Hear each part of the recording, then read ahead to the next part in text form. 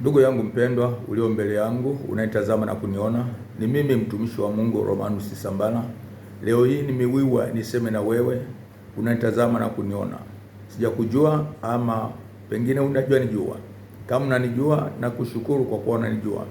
Lakini kile ambacho nimependa nilete kwako siku ya leo ni hali ya kukukumbusha ama kukufundisha ama kukuonya kwa habari ya mwenendo na njia ambazo yakiwa unakwenda, ambazo hata wewe upendi kufanya hayo unaofanya, lakini unajikuta unafanya hayo unaofanya. Nachotaka nibainishe kwako ndugu yangu kwamba hakuna mtu awezaye kufanya mema asipomkubali Mungu, na Mungu wetu ana njia ya kumfikia. Kama inawezekana wewe katika maisha yako umelelewa katika dini ambayo pengine wazazi wako ndio waliokuelekeza katika dini hiyo, lakini kinachokutokea katika maisha yako kwa habari ya wale waliokuelekeza na wewe mwenyewe ambaye yakini umeelekea katika njia hizo, umejaa usuda, umejaa uovu, umejaa kila hali iliyo mbaya. Dhambi imekuwa sehemu ya maisha yako. Lakini nataka nikwambia kwamba hakuna mtu anayependa kufanya jambo baya, lakini wewe unafanya jambo baya kwa sababu hujaweza kupata njia ya kushindia maisha ya dhambi. Mungu alitupa njia ya kuweza kushinda dhambi. Yesu Kristo ndiye aliyekuja kutafuta na kuokoa kilichopotea. Kwa hiyo kilichopotea ni kwamba ulimwengu mzima ulikuwa umepotea kuanzia Adamu. Adamu yale aliyoambiwa asifanye alikuta anafanya. Kwa hiyo ndipo maana unakuta kwamba tokea Adamu kuendelea hata wakati wa Nuhu. Nuhu alibakia peke yake na nyumba yake ambao alibakia wakimjua Mungu. Sio kwamba walikuwa wana dini, watu walikuwa na dini. Lakini Mungu akafika kagairi, akaamua kuwafuta wanadamu usoni pa nchi. Alipotazama akamwona mtu mmoja, Nuhu pamoja na nyumba yake. Wao ndio walikuwa wanamjua Mungu, wakimwabudu Mungu, akamnusuru kwa kumwelekeza kufanya. Na mimi nataka nikwambie wewe, yakini Mungu anataka kugadhibikia uso wa nchi. Kama unavyoona maeneo mengi ambayo watu walikuwa na heshima, kama vile Amerika ambapo yakini wamekuwa na utajiri mkubwa, lakini unashangaa mabaya makubwa yanayotokea, hata yanatokea milipuko ya moto yanatokea kwao kwa sababu tu wamethamini mali zao, wameshindwa kuthamini yeye aliwapa mali zao. Sio Amerika tu, nchi nyingi katika mashariki zinapitia katika mabaya kwa sababu zimethamini baraka baada ya kuthamini aliyewapa baraka. Nchi za Kongo na nchi tofauti zinapita katika mabaya kwa sababu wamethamini mali ambazo Mungu amewapa, wameshindwa kumthamini Mungu aliyewapa zile baraka.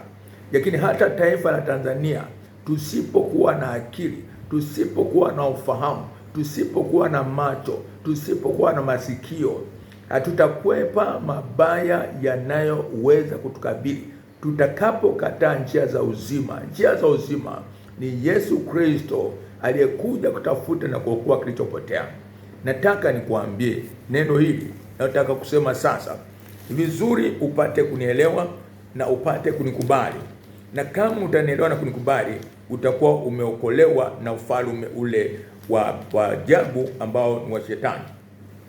Nachotaka kusema mimi hapa, nisikilize tu kwa sehemu kidogo tu. Tasoma kitabu cha Tito sura ya 3 mstari wa 3 na kuendelea.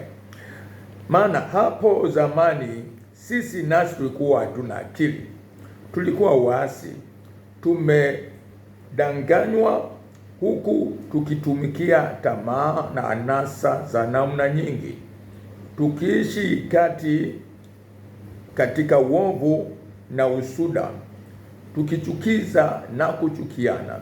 Lakini wema wake Mwokozi wetu Mungu na upendo wake kwa wanadamu ulipofunuliwa, alituokoa. Kama ninavyotaka kuambia, nafikiri nimekusomea neno la Mungu ambalo yakini hili si andiko kama wanavyofikiria watu wengine. Hili ni neno lililohifadhiwa ili yakini kizazi chote kipate kukutana nalo na kuelewa ni nini mpango na mapenzi ya Mungu juu ya uso wa nchi. Na sitaka nikwambie, hapo zamani sisi nasi tulikuwa hatuna akili. Tulipokea mapokeo ya wazazi wetu tu, bila kutafakari, bila kupima. Kama waliabudu miti, tulikubaliana kuabudu miti. Kama waliabudu ng'ombe, tulikubaliana kuabudu ng'ombe. Kama waliabudu dini, tulikubaliana kuabudu dini.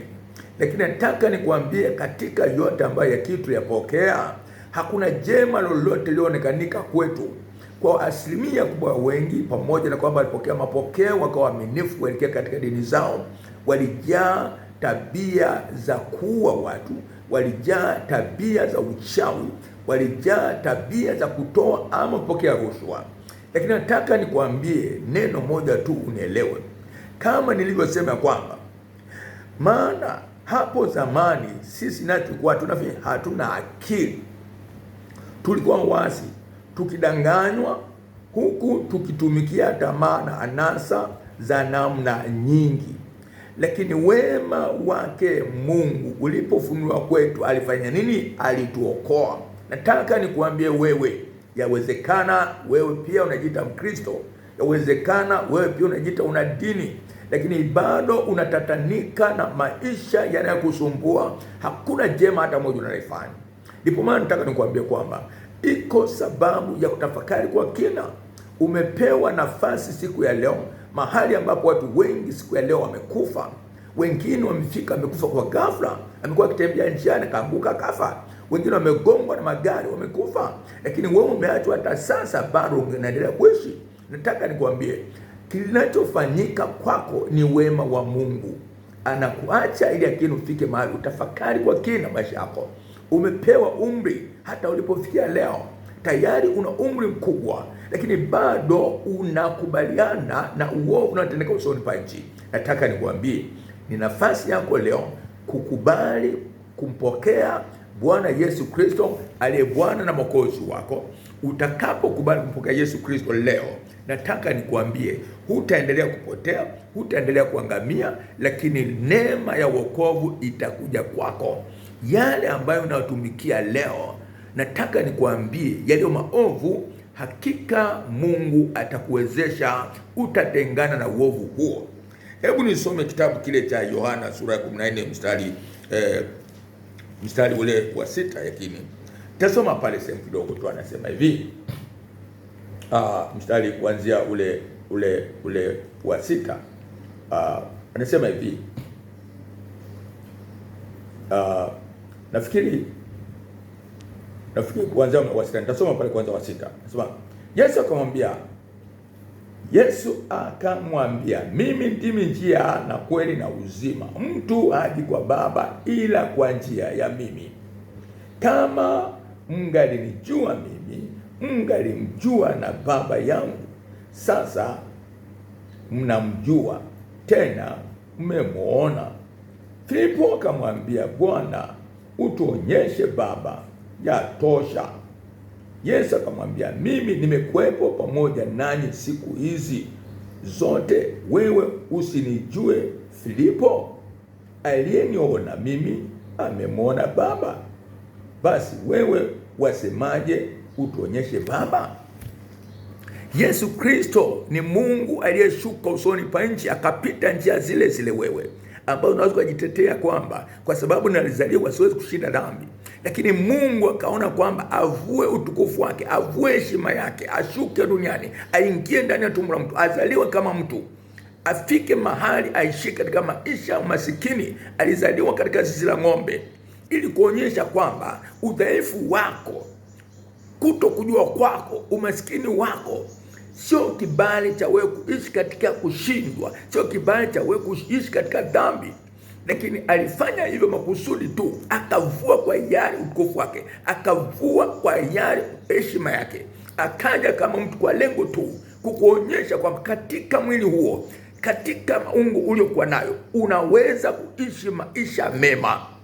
Kwa akaishi maisha mema, akadharauliwa, akapingwa, akachukiwa, akateswa, akapigwa, lakini akaishi maisha ya ushindi, ili kuonyesha kwamba wewe, pamoja na kwamba uko juu ya uso wa nchi, uko katika mateso, uko katika shida, uko katika njaa, bado unaweza kuishi maisha ya ushindi wa dhambi. Ndio maana akasema kwamba mimi ndimi njia ya kweli na uzima. Njia ya kweli na uzima manake ni kielelezo.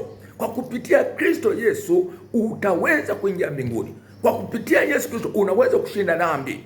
Leo hii kuna watu ambao wanajitahidi kuabudu, lakini wakati wengi wanafunga kwa mwezi mzima, wakati mwingine wanabeba masanamu yao, wanafikiria kwamba ni kielezo cha Mungu, lakini bado hao wamejaa usuda na adha, wamejaa usuda na mafa, ndio wanaua watu. Lakini nataka nikuambie kwamba Mungu anasema ya kwamba usiwachukie maadui zako, waombee maadui zako, yakini wapate kuokolewa. Ninachotaka kusema kwako ndugu yangu, hebu amua leo, dini yako uliyokuwa nayo unatabikia miaka yote. Nimesikia kule Komoro watu wanaua watu kwa sababu si wa dini yao. Unaua mtu wakati hujamuomba wewe. Wewe ni nani? Unaua mtu eti kwa sababu hajajua dini yako. Kama wewe ungekuwa sahihi, kwani unaua mtu?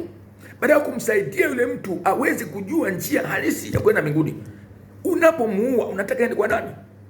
Na nafahamu kwamba ziko njia mbili tu. Njia ya Mungu ni Yesu Kristo, njia ya shetani ni nani? Njia ya shetani ni dini. Dini zote zinazungumzia habari za kushindwa. Unapohubiri habari ya dini yako lakini unaua watu, unatarajia nini wewe?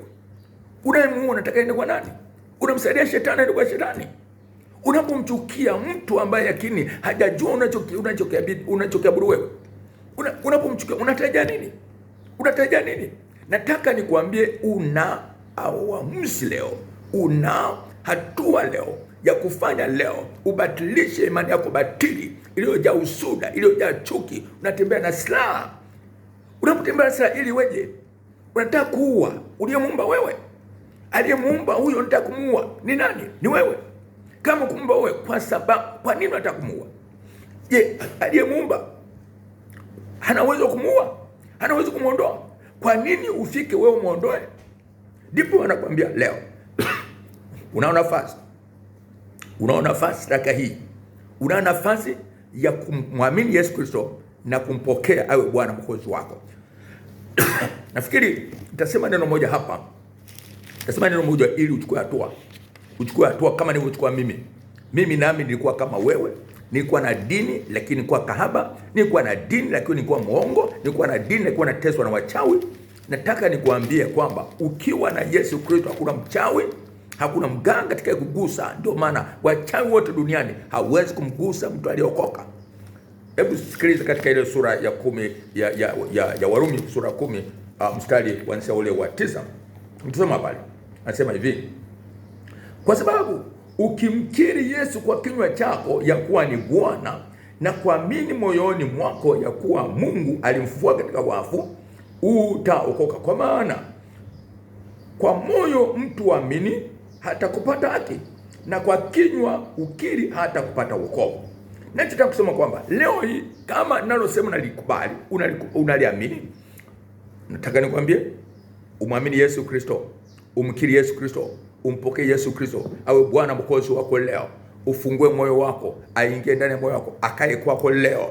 Yakini atakushindia magumu yote unayotamani ushinde, unashindwa. Dini yako haitakusaidia, kiongozi wako wa dini hatakusaidia, lakini Yesu Kristo ndiye msaada na nguvu. Unapatikana bure bila gharama yoyote.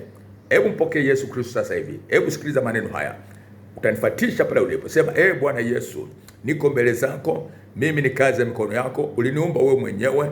Tangu siku ya leo nimesikia habari zako, ndipo maana nimekukubali na kuomba Bwana Yesu, nisamehe dhambi zangu zote, unifute jina langu kwenye kitabu cha hukumu, uniandike jina langu kwenye kitabu cha uzima wa milele.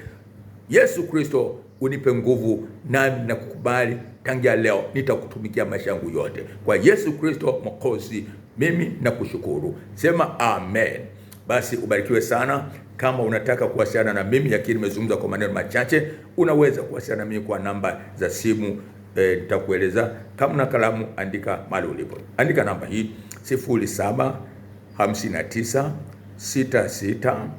0759668835. Narudia tena 0759668835, au utaandika namba hii ya Airtel